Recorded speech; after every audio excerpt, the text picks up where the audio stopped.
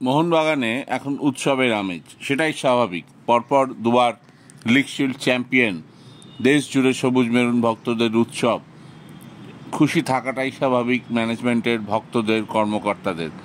কিন্তু মোহনবাগান কর্তাদের ওপর একটি ব্যাপার নিয়ে রীতিমতো বিরক্ত বর্তমান সুপার জায়ান্ট কর্তৃপক্ষ।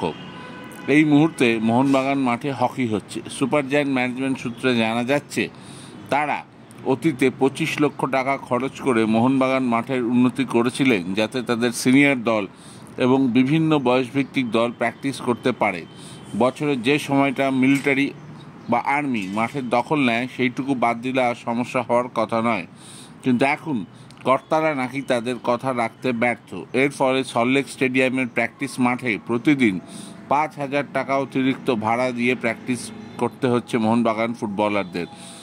আর সুপার জায়ান্ট ম্যানেজমেন্ট এটা নিয়েই বিরক্ত। যদিও মোহনবাগান টিম যে হোটেলে থাকে সেখান থেকে সল্টলেকের এই মাঠে যাওয়াই সবচেয়ে সুবিধাজনক, কিন্তু নিজেদের মাঠেই প্র্যাকটিস করতে চায় মোহনবাগান সুপার জায়ান্ট দল। এই ব্যাপারে সঠিক ব্যাখ্যা চেয়েও পাওয়া যাচ্ছে না কর্তাদের থেকে। ভবিষ্যতেও এর খুব একটা সুরা হবে বলে মনে করে না ম্যানেজমেন্ট। এরম চলতে থাকলেই ভবিষ্যতে দিমিত্রি কামিন্স সাহালরা আর মোহনবাগান মাঠে প্র্যাকটিস করবেন কি না সেটাও ভেবে দেখতে পারে সুপার জায়ান্ট ম্যানেজমেন্ট।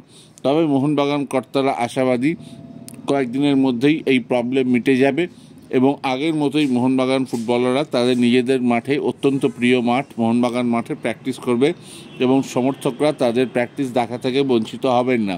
সেটা যদি হয় তাহলে মোহনবাগানের মতো ক্লাবের কাছে এটা মোটেই ভালো বিজ্ঞাপন হবে না। আশা করা যায় সব সমস্যা মিটে যাবে এবং সব সলভ হয়ে যাবে। খবরটি ভালো লেগে থাকলে লাইক অ্যান্ড সাবস্ক্রাইব করবেন অবশ্যই।